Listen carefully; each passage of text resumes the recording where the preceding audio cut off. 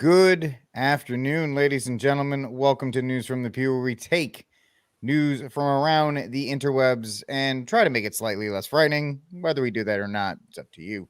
I am your host, Rick Barrett, and I am so glad to be joined once again by my amazing panel. Once again, we have Waz Yazi joining us from the great state of Kentucky. From the great state of Georgia, we have the one and only Jonathan Arrington. And from the state of North Carolina, Kakalaki, whatever he wants to call it, that would be the one and only Stephen Cunningham. And some things have been happening, so we are going to talk about them. The first one is the most historic one, I guess, if you want to talk about it. And that is, or put it in context, not what we are going to talk about, is the fact that Speaker McCarthy, who struggled to become Speaker, was just removed as Speaker, and the fact that this has supposedly thrown everything into chaos. If you don't know what I'm talking about, here, take a look. I wanted to talk to him about it. He never mentioned anything when we were communicating like that. So you said part of the reason you voted like that is because you felt he was mocking you, correct? So it's personal. And that's not accurate, and that's any of that. I asked him about the 6 weeks off. I asked him about why we didn't have a term limits bill up, and continued on down the line, and it was always not his fault. You know, leadership has responsibilities. The buck stops somewhere, and in the House of Representatives, it starts at the Speaker's office, and clearly that's not happening. And clearly, you know, you want to continue to make excuses for him, but the truth is his approval rating around the country was not very. To hear of news of a secret deal on Ukraine funding that would have log-rolled more money with Ukraine with our southern border. Now, how offensive is that to our Customs and Border Patrol, to our ICE, to the people that are suffering as a consequence of our border, that some of my colleagues are only willing to stand up and fight for our border if they could send billions to Ukraine to fund their border too? Well, I've had enough of that, and that's why I brought this motion to vacate. In the last vote on Ukraine, we had a majority of the majority vote no. And yet that was not something that the leadership honored. They used Democrat votes to send more money to Ukraine. And maybe the last straw for me was learning that Kevin McCarthy had created a secret side deal with President Biden on Ukraine while we were in the middle of this government funding battle. All I would add is that clearly somebody's been lied to, because we heard the president come out and say there was a deal with the speaker on Ukraine, and the speaker just stood up in front of all of us and said that there's no deal on Ukraine. The House Democrats say there's a deal on Ukraine, so we're going to have to sort that out. We're going to have to sort out who's lying, because somebody's lying about whether or not, as in this CR negotiation, there was a secret side deal on Ukraine funding. Well, this is a historic move. Congressman, I know you've been listening in to former Speaker McCarthy's comments. He name-checked you and said, number one, you're not a real conservative because you don't want to govern conservatively. He also said that this really was personal, intimating that you're really PO'd, that he didn't step in and put down that ethics investigation into you. And he knows it's personal, and you know it's personal. And you say? That's totally false. I'm the most investigated man in the entire United States Congress. I've been cleared by the FBI, DOJ, the Federal Election Commission. But you don't think that McCarthy did enough to stop this? I mean, wasn't that well known that you were mad that he didn't do enough to stop that investigation? I'm not saying there's anything wrong with being mad, by the way. I'm not. By the way, the beginning of Speaker McCarthy's comments there were lovely and nice about his past and his history. But when he says we're not conservative because we didn't vote to secure the border, I think that does merit a response. We passed a Department of Homeland Security border bill that would have required E-Verify with a host of other reforms. Then, on a continuing resolution, Kevin McCarthy wanted us to surrender every other fight. Jack Smith, weaponized government, everything else going on, just to isolate the border thing. Now, I don't believe that the way conservatives get ahead is surrendering everything but the border in order to address the border. And I don't think that the way to address the border is to pass E-Verify and then say that the strong border position is the abandonment of E-Verify in a vote that occurs 14 hours later. Well, you're not going to get the border done like the way we want to do it until you get the numbers. You're not going to get that border. You're not going to get what you want on the border. None of us are until you get the numbers in the House and you kick out some of these senators. Well, I don't think we're going to get, frankly, Laura, I think it's worse than that. I don't think we're going to secure the border until we have the White House. But I also want to address this notion that we aren't conservatives, right? Because what Kevin McCarthy believes about governing is that we have to utilize these continuing resolutions. And if the continuing resolution is conservative enough, if you hang some bells and whistles on it, that really ought to pacify people who are right-leaning throughout the country. I believe that the only way to achieve programmatic reform and to put downward pressure on spending is to do what was done back in the 90s, where every individual bill is conferenced and debated and subject to amendment. And of course, you have to compromise. And of course, you have to govern. Matter of fact, just last week, I voted for 4 appropriations bills after my amendments were largely defeated by House I think moderates. that point was Republicans voted for McCarthy. 4% voted against him. From my position as a longtime Republican activist, they're traitors. All 8 of them should, in fact, be primaried. They should all be driven out of public life. What they did was to go to the other team to cause total chaos. We ought to be focusing on Biden. We ought to be focusing on the economy. We ought to be focusing on the border. Instead, you're going to get a week or 10 days of the media focusing on Republican disarray. Is paralyzed and will remain so indefinitely, raising fears Congress is barreling again toward a painful government shutdown. Kevin McCarthy's name still hangs above the doorway, but the fight to replace him is on. Top Republicans Steve Scalise and Jim Jordan both officially announced their candidacies today. I think I can. But whether they have the votes to succeed and when the House will eventually reopen for business are both open questions. Is there anything you can tell us about the schedule or what happens next? The interim speaker, North Carolina's Patrick McHenry, had no answers on the days ahead. The only certainty among most Republicans today, their disdain for colleague Matt Gaetz, who led the charge to remove McCarthy. I think it was deplorable. I think it was disgraceful. And he put his own petty personal grievances ahead of the country. Gaetz today continued to attack his colleagues. The nerve of these establishment Republicans to have to take a week to go have a good cry and then blame us for being the reason that we can't get the work done. The leadership vacuum and overall paralysis in the House is raising new worries about crashing into the new November 17th deadline to fund the government and avert a government shutdown. The lights are off, the doors are locked indefinitely. What should folks make of that? Yeah, they should be very concerned. I mean, the average American should be very concerned. We need to change the poisonous atmosphere in Washington.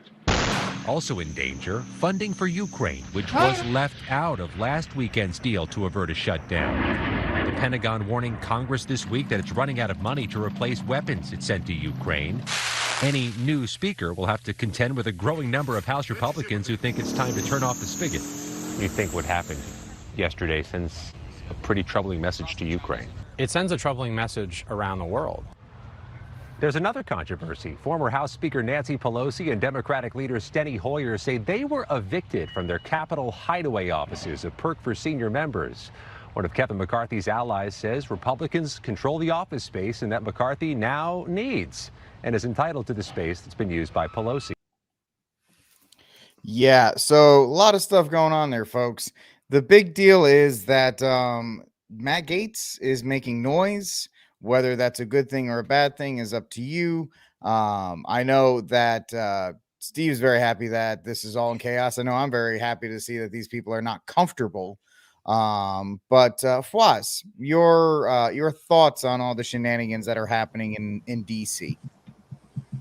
Well, I'm not trying to pay much attention to it. I got enough shenanigans happening in Kentucky. We got a election coming on next month, which doesn't look very good for Cameron. Not a great conservative guy, to be honest with you. He's one of McConnell's boys, but better than Bashir. But as far as DC goes, you almost want to applaud Gaetz. Is it Gaetz? I think that's how you say it, right? Not Gaetz. And only because I think what he's saying is correct. And they've been playing this game for the longest time. This whole it's very similar to what the serpent did to our first parents, was have the shiny apple right in front of them, or a fig, whatever you want to call it, according to different theologians, and it looks so good to the eye, and then you end up eating it, and then it causes death. But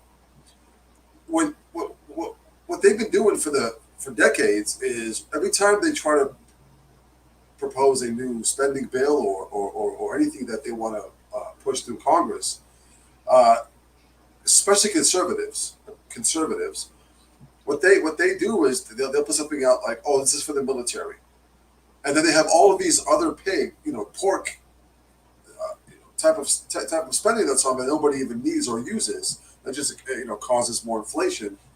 And then they say, oh, you won't vote for this? You must be against the military, or you must be against the border, or you must be against conservative values. But in all reality, there's nothing conservative. It's like, when I say about the stupid vote conferences, there's nothing Catholic about them other than the fact that you have a mass in the middle of it. Okay, you can have a nice bow and call it Catholic, but in all reality, there's not much Catholic spirituality in this, not according to the tradition of the church. So this has been the biggest problem, and this is what happened with gays. Is McCarthy tried to push this bill, and they had this deal in the very beginning when it took about 17 times to get elected as speaker or installed, and Gates said, like, if you don't. It was 8 of them. I believe it was 6 or 8 of them that really controlled, because the minority now controls. The only thing that I can't figure out is why the Democrats went with it. If they think that the next person is going to be more conservative than McCarthy and a greater threat than McCarthy, then why did they all vote to out McCarthy? And it's possible that this could be political theater. Now, here's the other thing.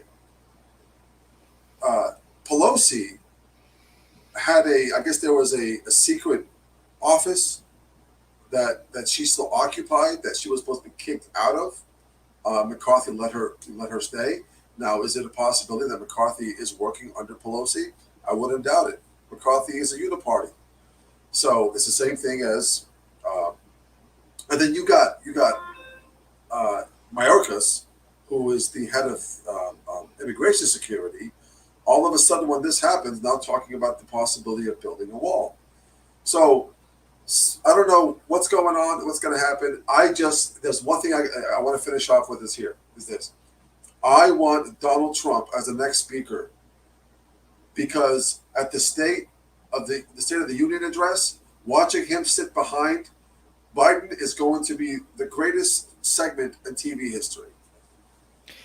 I mean, the fact that he would just smack talk him the entire time would be hysterical. Yeah.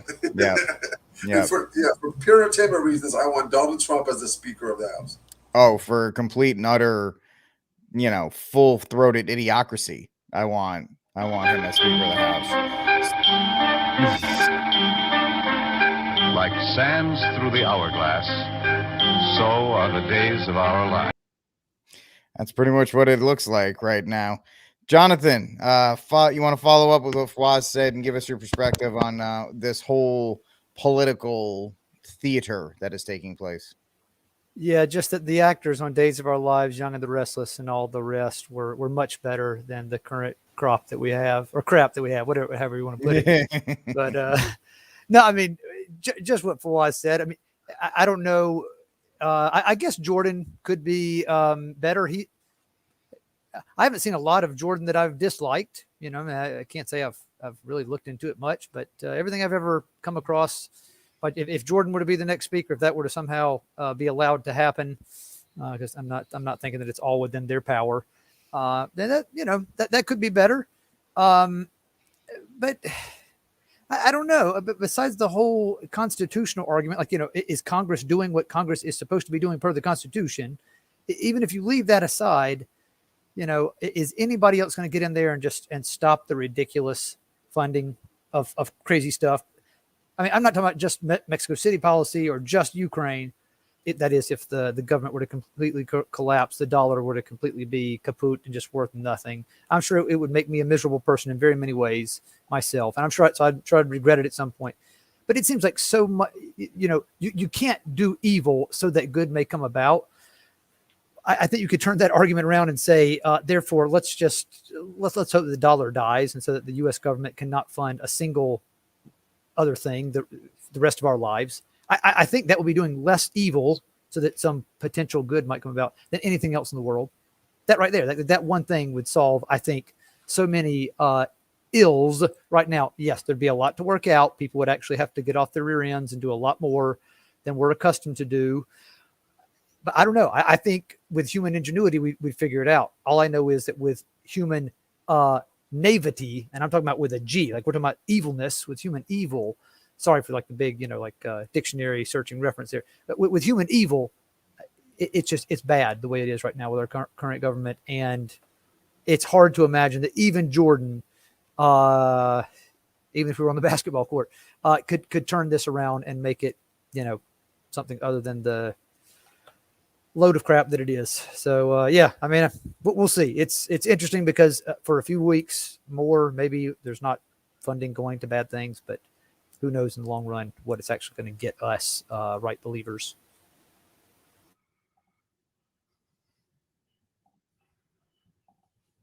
Doesn't really help the fact that being muted is not great. But even if they are, our leaders are supposedly, between pulling fire alarms and doing all this other kind of nonsense, it really isn't the best of the bunch. They aren't sending their best anymore. But I know Steve's happy about this. Chaos is chaos in DC, and hopefully all the more giving people to go local. Let it burn. No, it's here's, if you caught what the neuter was saying. All 8 of them should in fact be primaried. They should all be driven out of public life. What they did was to go to the other team to cause total chaos. Go to the other team. No, you're not supposed to. You're not allowed to be an individual. You play by the team rules. Yankees versus Red Sox, red versus blue, Pepsi versus Coke. So how dare they stand out against their principles? And was the main thing they talked about? Oh, Ukraine. Well, all those guys are wanting to give Ukraine more money. And they got a big meme going around about Zelensky looking like he's a little upset because he might not get any more money, any more funding. He'll get the funding, but yeah, I mean, it's Coke versus Pepsi. It's literally on that level. Now, if you really wanted to do something like go back in the John C. Calhoun times, he was for super majorities in the House of Representatives for anything in there. So you had one state could kill whatever the feds were trying to push.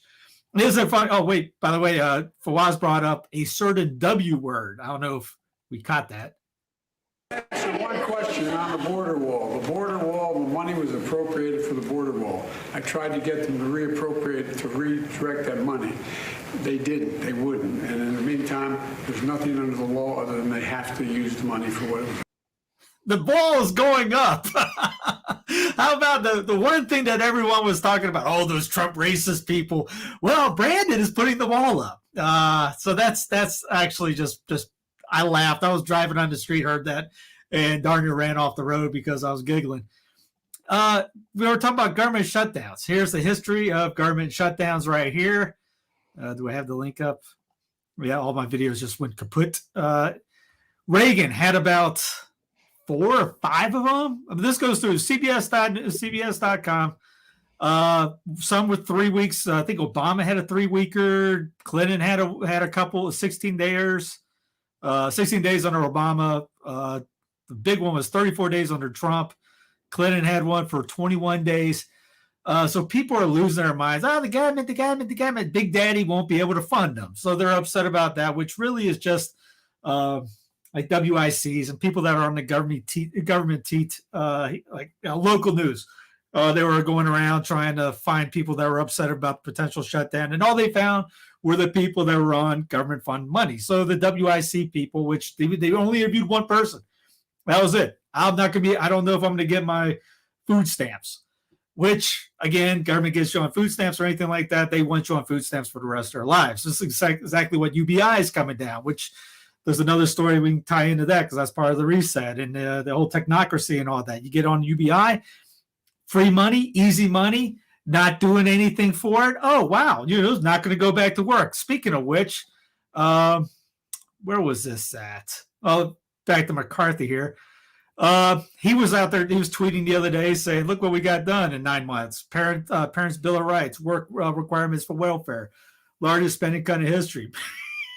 $33 trillion in debt. Yeah. Strongest border security bill ever. Permitting reforms so we can build America again. Funny thing, the fact checkers went in and said all these bills except the second was part of Brandon's debt ceiling bill, died in the Senate, and none of them became law. So he's like, look what we did that nothing happened with.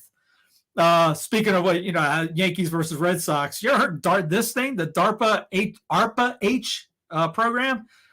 Well, they just dropped the D because this was during the one that was going down during Trump's administration for DARPA was one of these vaccine things. They changed it to ARPA-H during the Brandon administration because they're on the same team, but they just want to give the illusion that it's something different. Mike Kelly comes out saying that there will be no federal student loan forgiveness on Wednesday.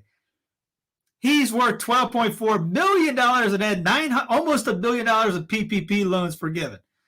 So it's one of those, I feel, I'm not, I don't want to say, give people free money, but when you screw kids for the rest of their lives in these gigantic debts, and I'm one of those guys that ended up having a ton of debt, still paying it off.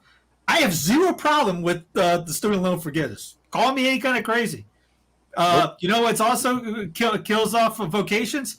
Student loans. You want to get some people back in the seminaries and things like that, help them get out of the student loans.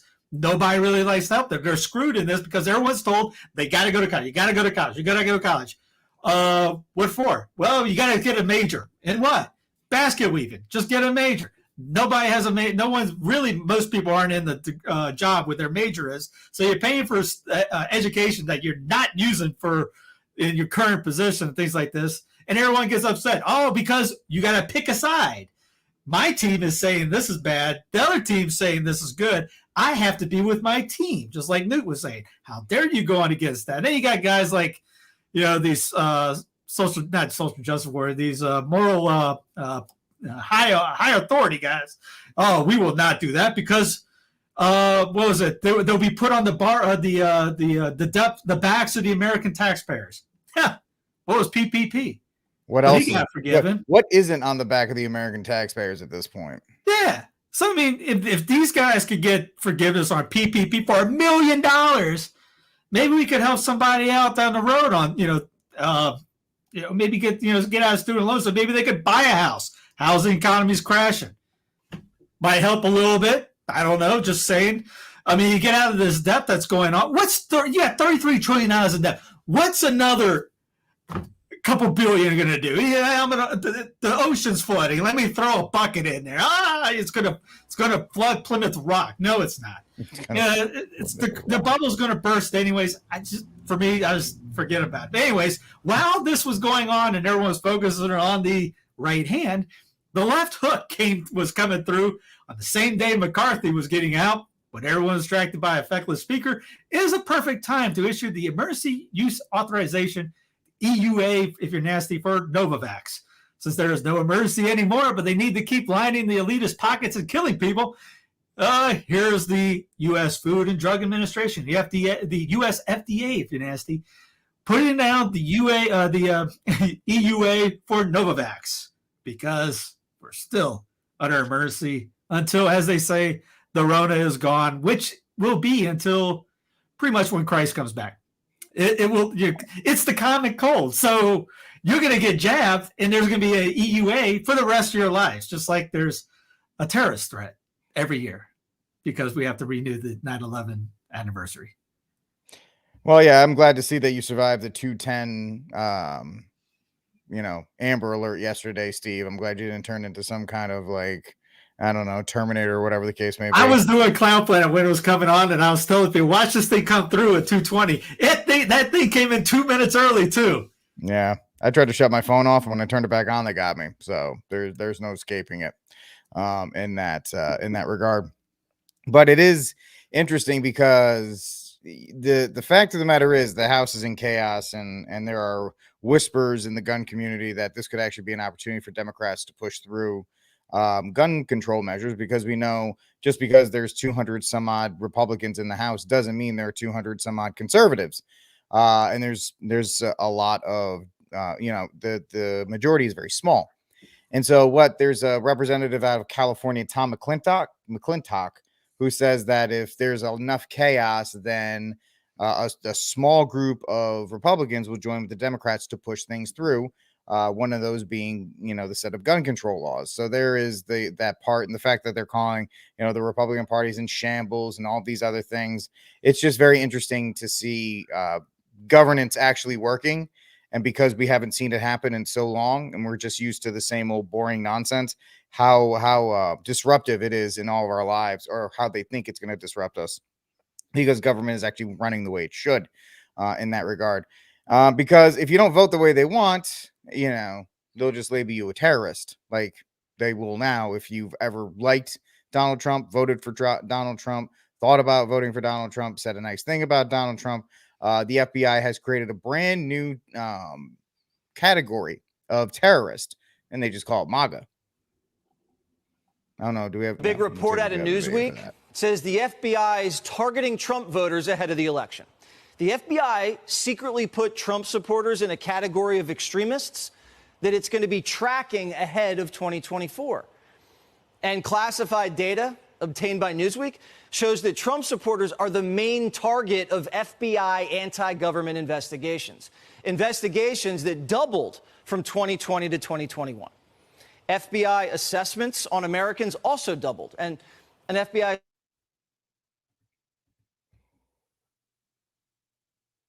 I think they got you, Steve.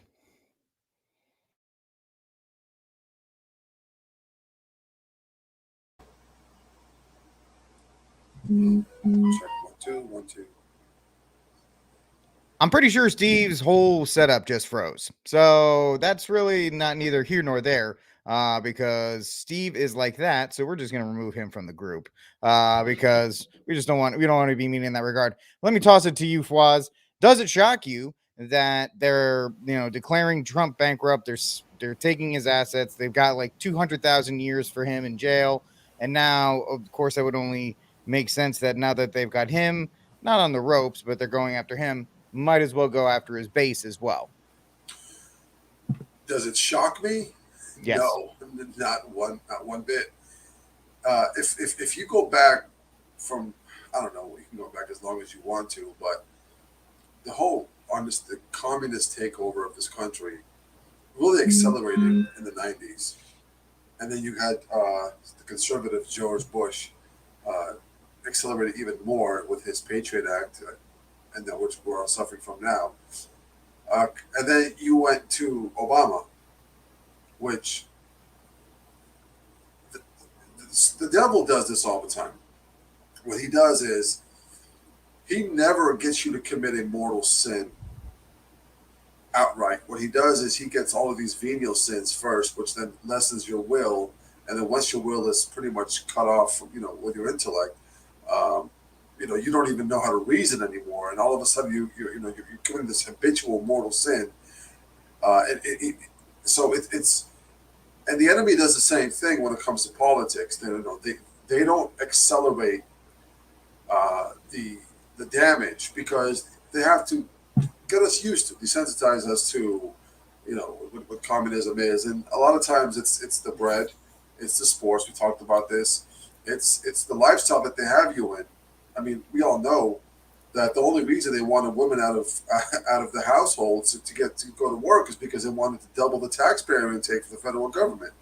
And it was to kill two birds with one stone, is to get the kids to be raised by the state rather than by their family, because good, strong families you can't control.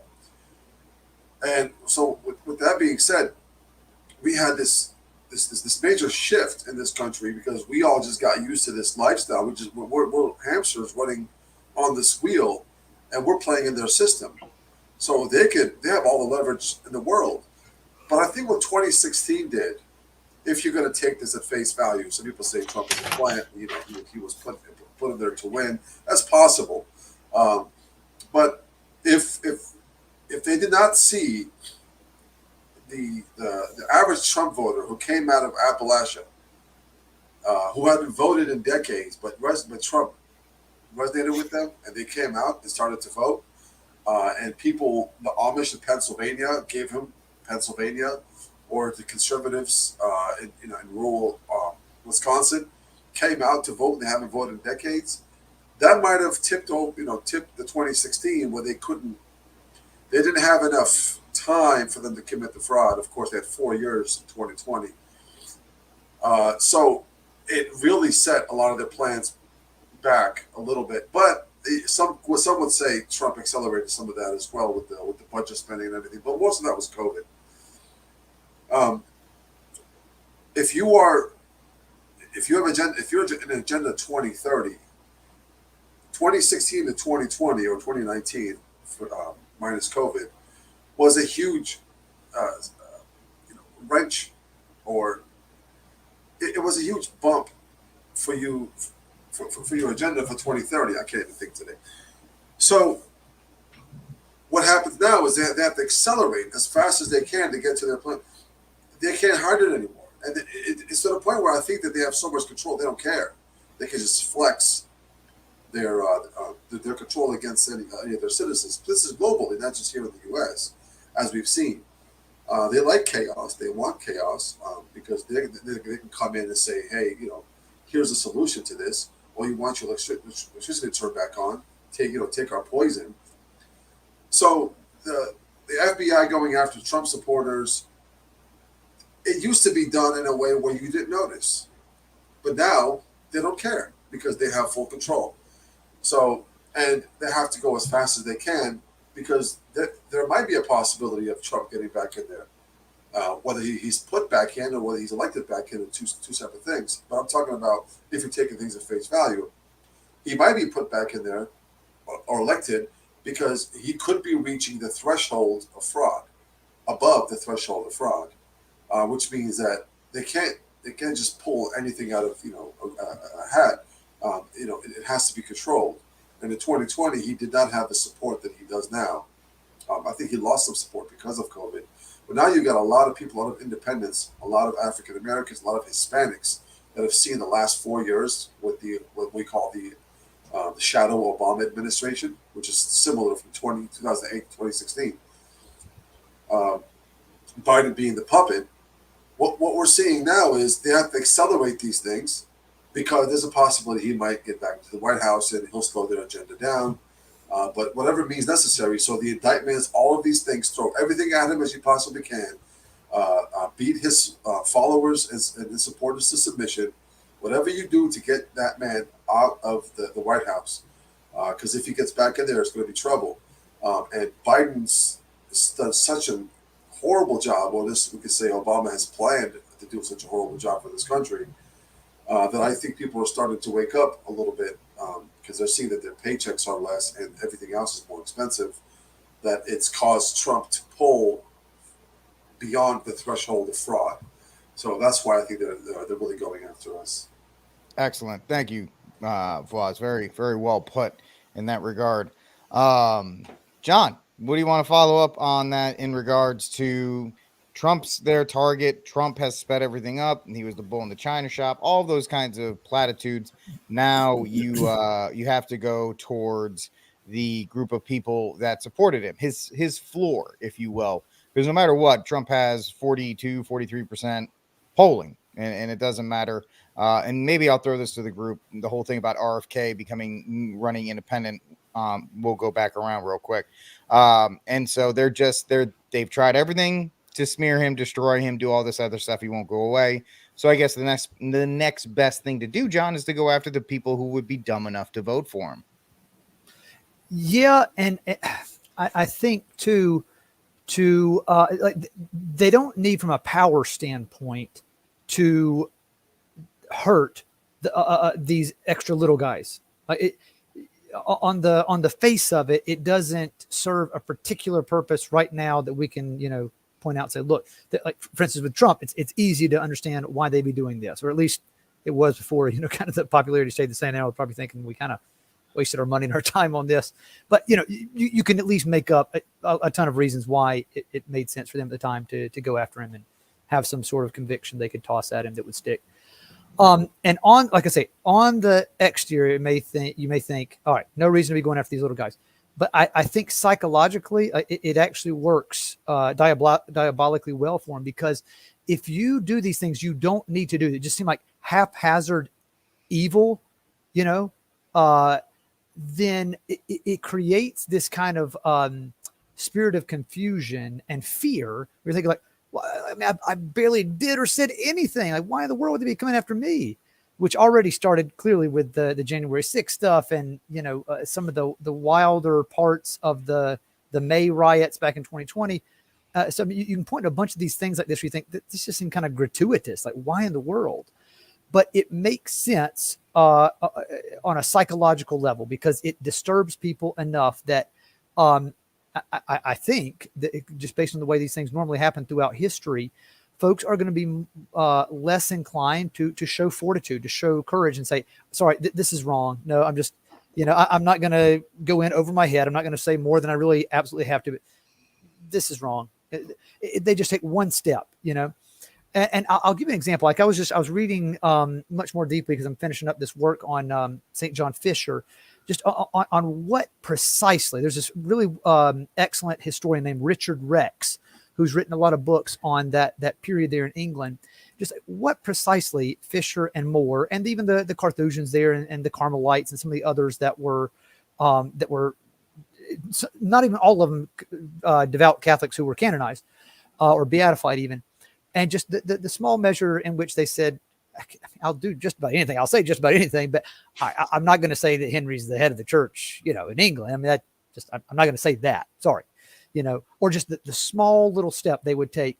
And because they had the courage from a life of consistently making, a prudent and a courageous step, or doing something that was hard, taking that first step and then just following through with it because it was the right thing to do at the time. It was the just thing to do. They were able to do that and just stand resolute and say, goodness gracious, like I did or said nothing, but I mean, I can't do the unjust thing here. But if you get people to just buckle because of fear from these little small pricks, like dying by 1,000 paper cuts, then I think you start to weaken people's resolve, or at least psychologically, you weaken that general strength you'd have to make the principled stands that you need to eventually try to recover our republic in some way to where it's, I don't know, a whole lot better than it would be right now. So I think there is a reason why this would work to their diabolical advantage. And yeah, just trying to say that it's more like I think a psychological ploy than anything that's, 5D or 6D, 8D chess or anything. 90. Square root. Absolutely. So, Steve, I'm going to throw it to you. 1, thoughts on the Trump discussion. 2, throw in 2 cents about RFK mulling an independent run, and then we'll go to Fawaz and John on that. Sure. Here's Glenn Greenwald. Eloquent and moving and passionate defense of the censorship regime that we know about only because the Twitter files exposed it. We live in an information age where malign actors do want to use social media to influence our elections, both big, the ones that you've spent a lot of time talking about, and small, like mine. Mr. Congressman, and it should be a bipartisan goal. No, you don't get to ask questions here. Okay. It should be a bipartisan goal to ensure that Americans and only Americans determine the outcome of our elections, not fear-mongering. And I hope that you can actually take this with you, because I honestly hope that you will grapple with this. That it may be possible that if we can take off the tinfoil hat, that there's not a vast conspiracy, but that ordinary folks and national security agencies responsible for our security are trying their best to find a way to make sure that our online discourse doesn't get people hurt or see our democracy undermined. And that the very rights that you think they're trying to undermine, they may be trying to protect. So that's the Democratic Party for you right there, summed up perfectly. Thank you, Steve, for making sure that was off. That's how you got through the 220 test yesterday. It's just a show. Yeah. This what I had it on before, just in case they were trying to probe my brain for anything. And right. the Mexican aliens would come to me, and those little itty bitty ones, and look like a piece of cake. It's just a show. I mean, it's distraction after distraction. They're not going to arrest anybody. Trump's not going to go to jail. But it's great. Days of Our Lives TV show. It keeps you tuned in. Wait, what's tomorrow? I mean, just like how Trump went in and wanted to get his he was upset the first time about not getting his photo taken, his mugshot, because he wanted that so he could raise more money. And then he got it the second time, and he used it as a perfect marketing genius as he is. It's all, we're being played like a fiddle right now by everybody. They're all on the same team, just like, Newt tried to say, stay on your team. But at the end of the day, what do they all they're all yucking it up together, hugs. Trump, lock her up. After he wins the next week, saying, I want my friends, thank you, my friends, Hillary and Bill Clinton, for coming to the inauguration breakfast. Wait a minute, I thought you guys were mortal enemies. I thought you hated each other. No, we're going to sit down and have tea together and crumpets and just sit there for breakfast, enjoy each other. And, it's all a show. It's show business for ugly people, as they say. So you get the illusion of a vote. You brought up RFK going independent, which is good because back in the day you had 5 or 6 people to choose from for out of how many people at those times. But if people want to say that these United States is a one big gigantic blob of a nation, you hear that every time. It makes me want to puke. I think it made my kid puke today. Then you get to pick 2 people out of 360 million. Now, tell me how that makes any darn sense. So at least 3 is better than 2 or 4 or 5. But still, you're getting you're run by an executive legislator right now, and the executive is not supposed to do that.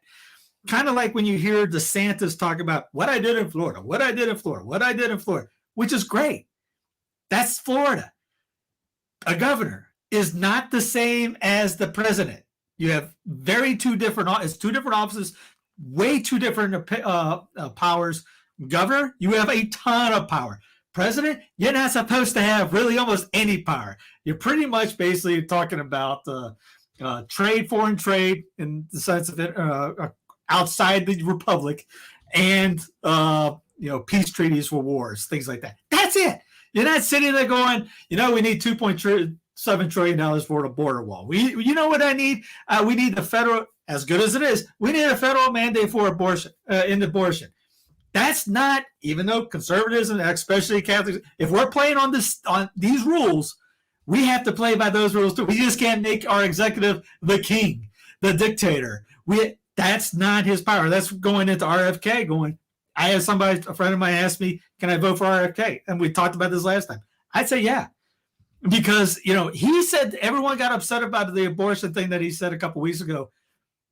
If you think about playing the game, he has to get the Democratic nomination.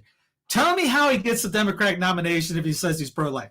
I would love somebody to give me a very good explanation how he gets the base who's pro-abort to vote for him who's pro-life when that's one of the top 4 things that the Democrats are upset. Tell me how he gets past all the Roe criers up there by saying he wants to end abortion. He ain't going to do it. He had the interview about saying he wants to ban it after 3 months. Very great. And then he got creamed by his base for saying that. And he had somebody flipped it on him. He didn't come out with a statement that, his voice, his team came out saying, he really didn't mean that, like that. Now he can do whatever the heck he wants, which still he's very anti-pharma, big pharma, which is good. Big pharma runs DC. There's an interview that Sheila Atkinson has done in Full Measure is the website. She's former CBS. She got kicked out for talking about autism and the vaccines. And so check that out. And he ends up saying that Big Pharma runs DC, that you can't say anything that goes against Big Pharma without getting somebody to come up to you and say, you're going to be swimming with the fishies if you keep this up. No, Big Pharma runs that. He has 0.0 chance of getting election, but it's good for him to get out of the Democratic cabal in a sense and go somewhere else. Now, there's also somebody running for independent now. I don't know if you guys saw this. Colonel West. Colonel West is yeah. running for. He's going as an independent candidate for president of the United States now as well. So everyone, their brother, is going to pretty much run for it because Brandon is going to be the nomination. Newsom's not even running. I don't think Newsom's not running. Right? He's not in. Which made he made a funny the other day talking about how DeSantis wants to debate Newsom, and he goes, "I'm not even running. So why does anybody even debate me for the presidency when he hasn't even officially put a nomination out?" So it's already subject. We already got to know who's going to be. Trump's going to end up I think Trump's going to end up being selected because they want. What was the C word that Newt talked about? Chaos. They want the chaos, and then when the chaos comes, they'll end up doing something. Somebody worse will come in after the Trump alignment comes through. Because there's no difference. Somebody bring up the SCOTUS. Go ahead, please. Somebody bring. I personally think that was planned because nothing goes through DC accidentally. So, and then look what's going on post Roe going down. The pro-aborts are having a field day. They are kicking our tails left and right. And again, they will enshrine Roe 2.0 somewhere in the not so distant future. And Trump is also going to probably pick a VP who's very lenient on abortion. And you're not going to see one of Trump's disciples, Jack, Taylor, all those guys. None of those guys are going to say a thing about Trump being, not going full hardcore on abortion. They haven't said anything about him being the most gay-friendly president ever. None. I mean, that's their meal ticket. They're not going to go after him. They want to go down to Mar-a-Lago and get the dinners. If you question that, they don't get that invite anymore. You're not going to see Bannon and Jack and those guys say anything like that. Sorry. They get upset about that. They get upset about that. You have to have some principle in the matter of this. It's all a show. Yeah. But that's the game we got to play. Yeah, that's true. Quick, I just want to get Fwaz and John's thoughts on RFK, and then we can move on to our last topic. Fwaz, thoughts on RFK? Okay, I'll go first. I mean, he's a Democrat through and through. I mean, I don't think that he's secretly pro-life, although I do like his stance against Big Pharma. But I think that just like Bernie Sanders, to the time of the primaries, did sell out because he was offered some sweet deal from the Hillary camp or the DNC because he was stealing a lot of votes from Hillary. And they're scared that, so if he even said it himself, him going independent takes more votes away from Trump than it does from Biden. So I think he's definitely being planted there by the DNC as a Perot. What was his name in the 90s? Ross Perot. Ross Perot. I think he's Ross Perot 2.0. And I think he's going to help Biden get elected again. But now it depends on how I look at these silly polls. But other than that, that's pretty much. I mean, I don't have much to say, but I don't know too much about him other than the fact that I know he's always been pro-choice, anti-pharma, which is what I like about him.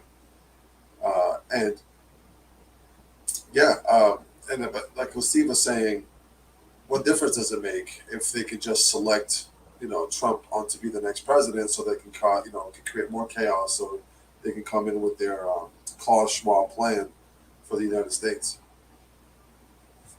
Absolutely. John, thoughts? Yeah, I mean, likewise, I guess the biggest thing I'm hoping for really with any sort of realism or realistically hoping for is that thanks to RFK Jr.'s spotlight from now until whenever that light burns out, it's just the light is turning on Big Pharma. And what it has done to wear away at the physical health, the mental health, the spiritual health of the whole nation.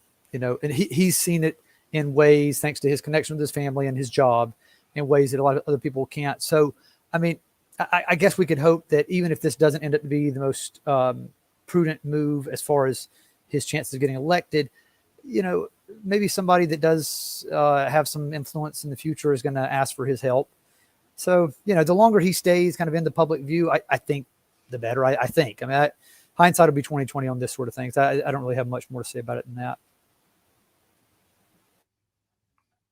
I'll just say this. If you think RFK is anything other than a plant, terrible person, awful for everything else, you're an idiot. And I love everybody that thinks anything about him. Guys at Kennedy, guys are the reason the Northeast is not Catholic anymore. His family's responsible for that. He's pro-abort. Yeah, he said one great thing. You know what? Even a broken clock is right twice a day.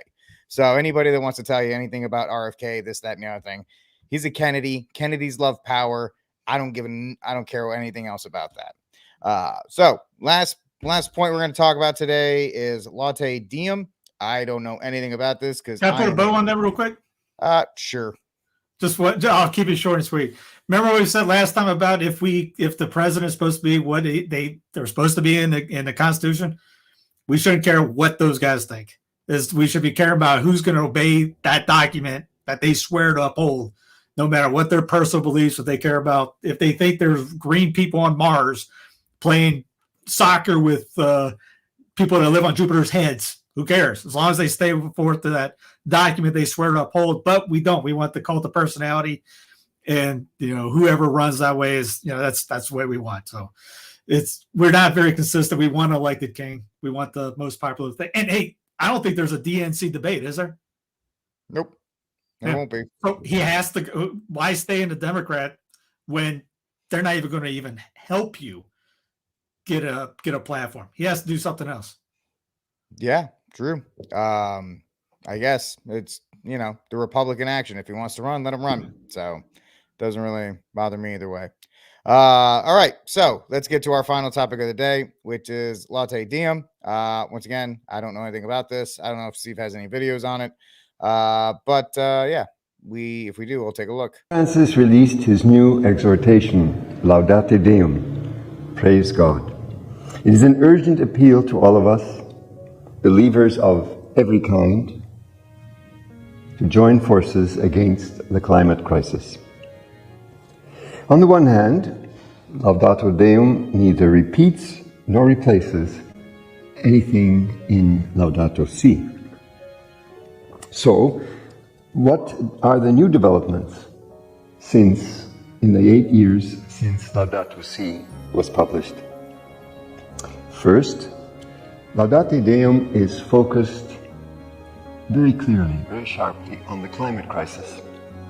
And it doesn't touch on many other related topics like biodiversity, pollution, water, and their social implications.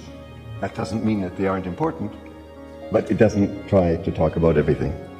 Laudate Deum is heavily focused on the drama of humanity's poor attempts to solve the crisis, mainly via diplomatic collaboration among the world's states and the world's state leaders.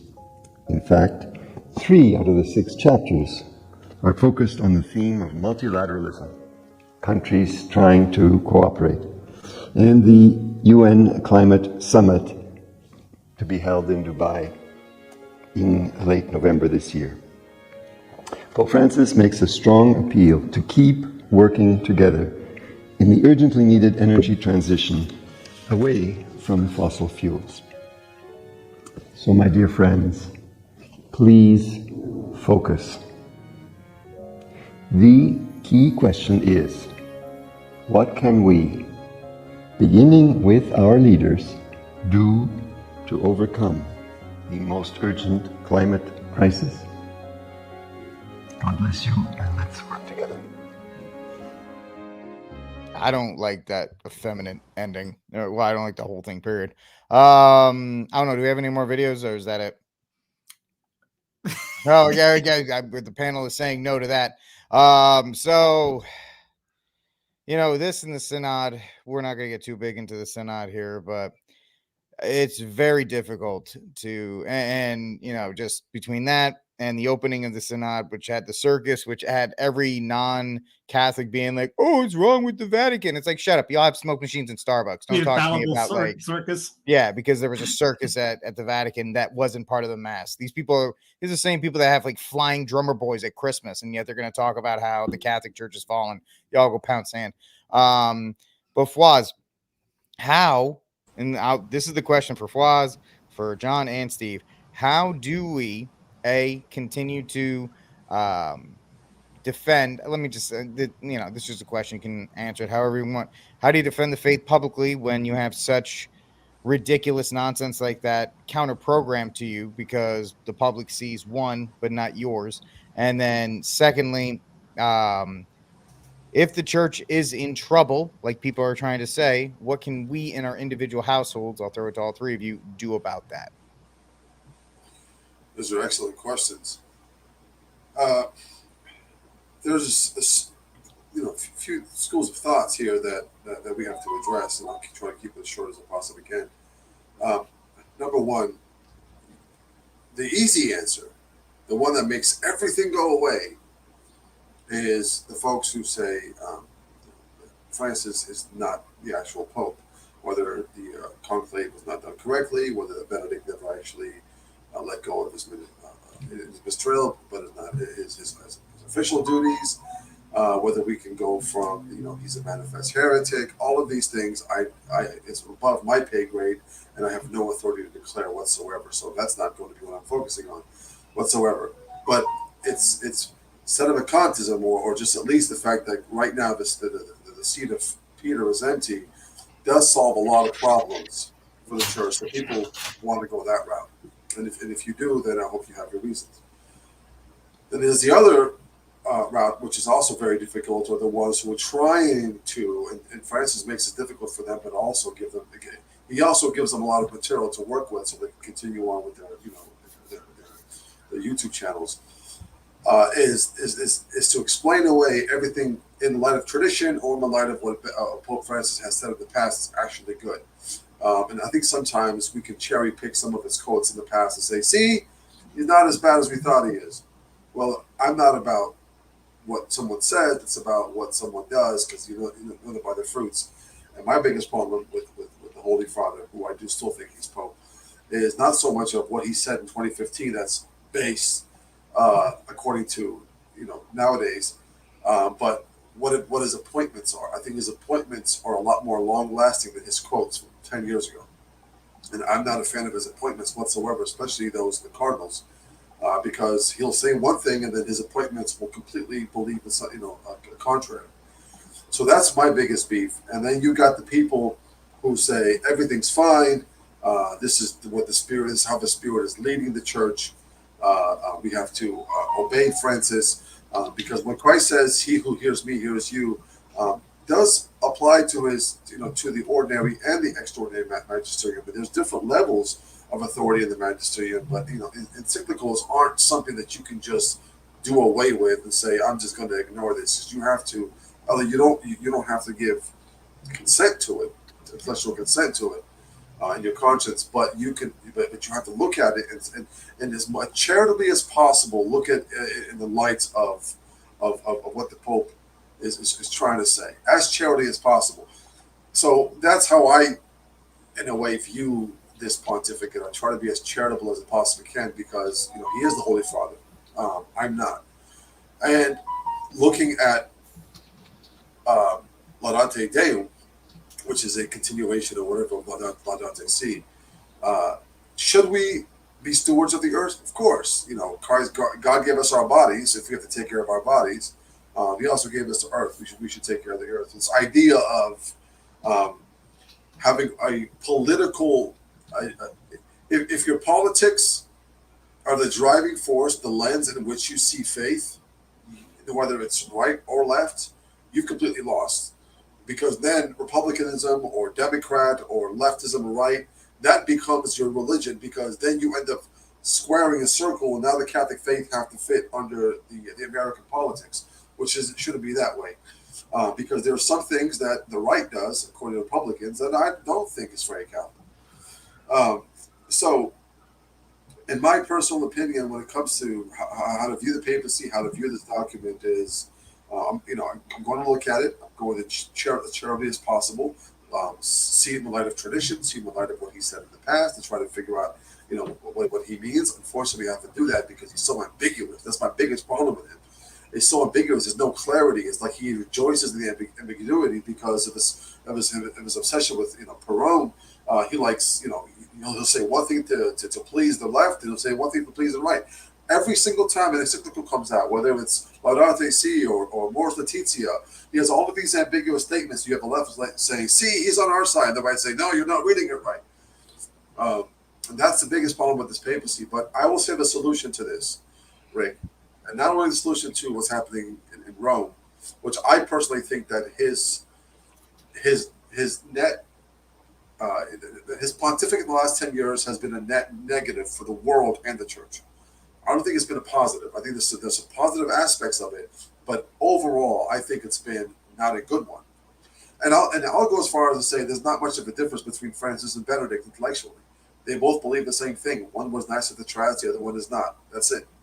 But both of them drove the ecumenism as hard as they could. We know what St. Pope John Paul II did with Assisi. So let's not stop there. But I will say this: Satan has no power unless Satan has agents in order to work with. You can wish death or happy death on anybody you like, but he's just going to find the next person. It's like that movie with Denzel and John Goodman, I believe is his name. It's the movie where the person becomes possessed, and once the person dies, he has 30 seconds, I believe 1 minute, to find another body. Are you talking about Fallen? Fallen, yes. With Denzel? Yeah. Yeah. So it's like if there's no agents willing to say yes to Satan, he has no power. So we, 100 of the global leaders tomorrow, cannot wake up, by some miracle. They have a happy death and they're converted, and then they die. Satan will find 100 more the next day. So the key here is to fast and pray for the conversion of all souls, good and bad. It's so hard to do because loving your enemy is difficult. That's what Christ said. It's difficult. But if you convert the whole world, Satan has nobody else to say yes to him. He's powerless. So my whole thing here is to help build virtue, get to Mass, to have your sacraments, know the faith, teach it to your children, but as much as you possibly can, fast and pray for the conversion of the world, and especially the Holy Father. Yeah. Yep. Excellent point. Jonathan, your thoughts? I wish I could just I could excise Fawaz's last paragraph and just say, that is my statement. That's took the words right out of my mouth. That to me is the most disappointing thing about the whole document is in an age where there's just so much noise. There are so many things competing for our attention. I mean, because of work and various obligations, I have 5 different email accounts. I hate them. I mean, I wish just so much stuff competing for our attention and our noise. I'm trying to pare it down each day, trying to figure out different ways to just keep it less. And so what I'm saying is, like, the Holy Father only has a small opportunity to reach out and to actually get someone to listen to him. All right. And he goes on in the way that he did in this document, which I was looking at the first things discussion of it, which it was pretty good. I thought, yeah, right there. I mean, he said at least this one's like, I don't know, a tenth as long as Laudato Si. I mean, that's one benefit to it, but there's so much that's going after our attention, and he spends it as the guy in this article said, in saying things that in about 95% of the document, because it didn't 95% of it from like paragraph 2 to 60 didn't mention Christ or the church or anything to do with truly the foundation of the spiritual life, could have been written by an intelligent guy at a secular or pagan NGO. Like, that's the sad thing, because there are 1,000 of those secular NGOs out there that are sending out much more intellectually convincing arguments for this for the various positions that he's espousing here in emails every day, and and they actually have teams that know how to do this to appeal to the human psyche in the right way that would elicit the right response. I mean, Francis has has done a poor job even of making this argument, because he's not, basically what Fawaz said, it's not staying in his lane. His lane as the Holy Father, as Christ told Peter at the Last Supper in Luke 22, is confirm thy brethren. Okay, yours, Peter, and then the successors of Peter. Like his goal, first and foremost, is to, after this, I thought rather disrespectful response to the Cardinals. First and foremost, he's supposed to be communicating with the Cardinals. And after this dubia, for taking so long to respond to it, that was a dereliction of duty. All right. Then not truly engaging in discipline with those bishops that need it throughout the world, especially in Germany, but many other places. That's a dereliction of a paternal duty there. Right. And so many other things. And, if he could just give one big mea culpa about those few things that he has done wrong in his tenure and his brief tenure, it would be so awesome. We could kind of do what Fawaz was suggesting there. That would get, at least, since we're living in an age where masculinity is just as dead as ever, that would get us fathers and husbands and even just men in general to say, man, what am I not doing that as a man I should be doing right now, and every single day consistently, not just right now and I'm going to do it differently. I'm never going to, drink like that again. No, like, what are you going to do? What are you going to wake up and do tomorrow morning at 5:30 and do the next morning at 5:30 a.m. and the next morning, consistently? What are you going to do tomorrow night at your examination of conscience and every single night after that for the next month at least? If he led us in that way as a true father, man, it would change the world. Because, and the reason why all that is the only way forward, the only true solution to the problem, is like what Fawaz said. And this was the biggest error in the Holy Father's whole document, I think, if you want to take my little 2 cents for it, is that the Holy Father took this kind of approach that, we got to get the rule of the elites and this, and even like mentions like the fears of a one world government, and the guy in this article and first thing is saying, that was a good point of it. That's actually, no, that's a smokescreen, because it's not, that's not really the fear. The fear is that being one of those guys who would just give in to anything for more prestige, power, money, access to the pleasures of this world, that's within all of us. That sort of weakness is within all of us. And unless we implement the principles of the Christian spiritual life, as has been given to us to the church for 2,000 years, we're basically powerless against it. And the Holy Father has at his disposal, as the teacher, the confirmer of the brethren, he can lead, he can show us the way, how to basically be rendered immune from that. Talk about immunity. We can be immune from that if we just do what the saints have always recommended. And it's his place to tell us when, to do that. And he lost an opportunity. It was a big bunch of words and a lost opportunity, sadly. Sorry, I got a little worked up, but that's basically echoing what Fawaz said. No, that's what we're here for. We're here for that, John. Absolutely, man. That was a fantastic response. Steve, I'll throw it to you. Your thoughts? Well, I like the first thing he's documented. That last line he says was fantastic. Greatly put. Was where was it? I thought I had it. It's an essentially secular document with a religious addendum. Thought that was brilliantly put. Because as he mentioned, as Jonathan mentioned about it, barely mentioned Christ right off the bat. That was it. Now he brings up, and there's a part in there where he goes after modern tech, and the article brings that up too. Is the strongest paragraph, which, not saying that the whole thing's great, because just like Laudate Si, even secularists have called that the gospel of the earthism religion. The climate, the devotees have used that and abused it badly, and I've been on record many times, and it's been at the beginning saying that the Holy Father is a fan of the Reset guys. Cardinal Turkson is at Davos all the time, leading them in prayer, opening things. Hey, Trumpzilla, his daughter was up there yucking it up with the Salesforce guy, Mark Benioff, and all for what he was saying too. So again, goes back to they're all on the same team. It's, Putin's on that team too. They just gave a little, as a show, I think. But I mean, the Holy Father calls out basically the tech, and he brings up, that same stuff. I mean, we need, here's a quote: "We need only think of the admirable technologies that were employed to disseminate populations, drop atomic bombs, and annihilate ethnic groups." and he talks about how bad that is. And, it brings up the AI. People were like, I remember seeing people on Twitter or X, he's all for AI.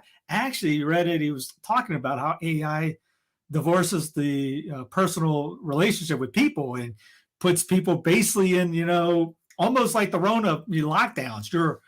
You're divorced from the human, person. Like, yes, we're doing this online. We're, all four of us are not sitting in the same room, which sucks, but that's the way we got to do it. But if you're living your life that way forever, I mean, the meta, the VR that's coming through, all that stuff that's coming, the fake world that they wanting to put, just like that one movie with Bruce Willis, Surrogate, living like that, living in your couch and having your surrogate go out in the world. People live like that, and it's unreal. It's not human. It's not natural. It's contrary to that. So there's a line from Bellarmine in his book on what is it? It's on legal. It's on rulers of government. I think it is the name of it. And he mentions not every bad ruler is 100% evil, and not every ruler is 100% good. So you can think of like the guy Hitler guy. I'm sure he did something. I'm sure he told his mama had good. He loved his mama or something. He's not 100% bad. No, he did bad. Stalin probably did some good things too. That's the point of what Bellarmine's bringing up. Not everyone's 100% bad. Is the Holy Father doing stuff that we would go like scratch our head like, what is he doing? Yes, of course. Is he a leader we deserve? Darn right. But most people do not like hearing that. It's that whole extreme ownership idea. We're probably at fault for getting God gives us the rulers we get, from president to mayor to governor to running the church. It's that whole John Hughes line. It's the whole thing about it's the sign of God's wrath on his people when he sends us priests in name only. We need to get better, and what we can do about it, I think we should tweet harder. It's kind of like voting harder. What you should do in politics, vote harder. We just got to tweet harder. I think if you tweet hard enough, you will change the world. You will change the church. You will become a saint if you tweet hard. And you have to have a minimum of 100 tweets an hour, though, to be able to pull it off at 26 characters. I think the mystics say is the minimum per tweet. You just can't just put smiley face or squiggly hair. Or a picture of Rick, something like that. You have to do something a little bit longer than a sentence. So tweeting harder and praying less, that should do it. No, seriously though, I mean, penance, obviously, the October challenge that Father Mateo talked about. I think we're in October. Maybe if we should do something like that, take an hour out of your night to pray, do penance for an hour. Now the saints talk about how, like, Chrysostom mentions or St. Isaac the Syrian talks about it being the greatest prayers done during the nighttime. And Chrysostom even talks about getting your kids up to do at least one prayer, waking them up in the middle of the night to do a prayer, and then going back to sleep, get them kind of used to it. But you think about it also, like, how do they do it? Well, during the times of Chrysostom, they didn't have electricity. So highly likely they didn't stay up to midnight or 11 p.m., playing on Twitter, tweeting harder, or, Facebook or watching TV or something like that. They probably went to bed around 8, 9 o'clock when the sun went down, depending where they were, or 7. And they got up in the middle of the night, prayed a little bit, and got to sleep. So they had energy to do it. So it wasn't like they were going to bed at 12, waking up at 3, getting up 3 hours later and complaining about going to work. And a lot of the saints talk about that. You'll be more energized by doing this instead of going, procrastinating. One priest brings up, you will do all-nighters studying in college. People do all-nighters to get past an exam or work out or whatever you need to do to get on the team. But do we do that for the spiritual life? And if we want the church to be better, do we want it? Put your money where your mouth is. Actions speak louder than words. Tweeting harder is one way to do it, but it won't do a darn thing. So maybe if we actually do what the church prescribes the laity to do and do your duty. Jonathan brought up a point too, and Fawaz did about, someone asked me about the synod.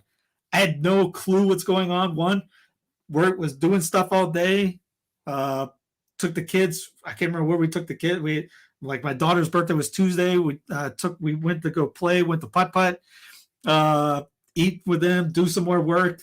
By the time I got to bed, I didn't even think about the center. I wasn't looking at it. But if you do your duty as a husband, father, wife, daughter, whatever, maybe you're not thinking about what Rome's doing every 5 seconds, unless you're trying to tweet harder and get those likes and get those subscribers. I don't know. It's one of those things. I don't care about the numbers. So, I mean, if you just, Fawaz, tell me if I'm wrong. Do your duty is what we're supposed to do as laity. It's not, as you said, above your pay grade to judge the Pope or tell the Pope he's that. But if what we're supposed to be doing is what we're supposed to be doing. Yeah, it sounds right. All right. I think we've covered that pretty well, top to bottom. It's time for Cry Room and Saint of the Week. Fawaz, who you got? Saints of the Week, I'm going to go, little saint. We had St. Francis of Assisi feast day. It was one of the highest and most holy saints in the history of the church. Let's not forget, I think, unfortunately, sometimes that the way he's portrayed, but he was a bad dude. Don't get it twisted. He wasn't this, lovey-dovey, picking lilies all day long. He was a radical saint who loved Jesus. So yes, St. Francis, but also the men that I spent time with in PA this past weekend. God bless them all and their families. It was great brotherhood. We had a great time. We had mass every single day. We prayed the rosary every single day. I think 80% of our conversations while we smoked cigars and had bourbon was Catholicism, was the church, was all of you guys, and speaking highly of everybody in the Catholic world, and just was having a great time. So definitely everybody involved. My cry room is, I don't know her name, but it's that one leftist chick who watched her boyfriend get stabbed while she just stood around and did nothing, and then doesn't want to give a description because she doesn't want to be racist. It goes to show you ideology really ruins people's brain cells. It makes you a zombie to a political system. And one last thing. You know how the left calls the right a cult and then the right calls the left a cult? I think that the left is a little bit more cultish, and here's my proof. Do you remember when Donald Trump came out and said, go get the vaccine? And the left were like, are you kidding me? I'm not getting this. Because he's the one who said it. And then when they took over power, Biden, Harris, and Fauci went out and said, go get the vax. And even though the Trump supporters still said, we ain't getting this, they ran and got it. Now you tell me who's more brainwashed and who's more in a cult. Yep. Big screen on me. Yeah, that's definitely, I mean, we know. And I mean, think about the guy who, his whole life wanted to be nice to people of color and blah, blah, blah. And as he's getting stabbed, his girlfriend's just standing there. She didn't run to go get help, nothing. She just stood there. I mean, looking up, that's a hell of a last thought to be going through your head. Man, my life choices were not really the best. But Steve, your thoughts? My cry room, I'm going to go with Mayor Adams. He's flying down to Mexico, Ecuador, and Colombia, and then dares to say he's trying to act locally. Yeah. So I'm going to go with Mayor. Just a little pun on Giuliani. My saint of the week, I think that worked on there. Let me pull up it's kind of the same as last week, except what happened today between. Give you a context. He just got kicked out of his last game as a player. And I just thought the way he explained himself on why was fantastic. First and second. You don't hear it anymore. Yeah, I disagreed with a call, and I exited the bench. Typically, the umpire will allow a little bit of space while you're space to debate or argue or disagree with the call in the box immediately after the call. But unfairly, I went back, checked the video, and started griping about a call, and And I get along. I really do get along really well with the umpires, and I have nothing but respect for them. And my respect of it has increased over the course of my career, just recognizing how difficult their job is, the travel, the scrutiny they're under, especially now more than ever. And here I am hollering at him, screaming at him from our dugout. And then rightfully so, he ejected me. The game has to continue, and I'm interrupting the game. I mean, he goes on. I mean, he's number one in many categories for 17 years. And his last game, he gets ejected, and he mentions pretty much he acted like an idiot, and he was upset. He owned up to it. My point is, you don't hear a lot of athletes, especially athletes, you don't hear a lot of people saying they did that or screwed up or it's my fault, and the umpire or whoever it was right in correcting them or calling them out. So a little humble pie in a sense. All right. So my saint of the week is Philippia Boyens. She's one of the co-writers of the Lord of the Rings movie trilogy, coming out saying that Sam and Frodo are not gay. They're actually just really good friends. So stop all that. That's actually a real thing. She actually did come out and say that. So the Lord of the Rings continues to win. And then secondly, my cry room is this woman, Lizzie Marbach. She's one of these psycho Protestants, whatever, who's like, oh, the things that are going on the set on it's closer to paganism. Lady, you're a Protestant. What do you want me to tell you? You literally are in open revolt against the church. You got no grounds, no legs to stand on, nothing. Shut your face. Okay, go back to your little drummer boys and your smoke machines and your rock climbing walls and all this other stuff. Now, if you want to be a part of the Roman Catholic Church, the one holy church, we welcome you. We love you. That's fantastic. If not, I don't care what you think.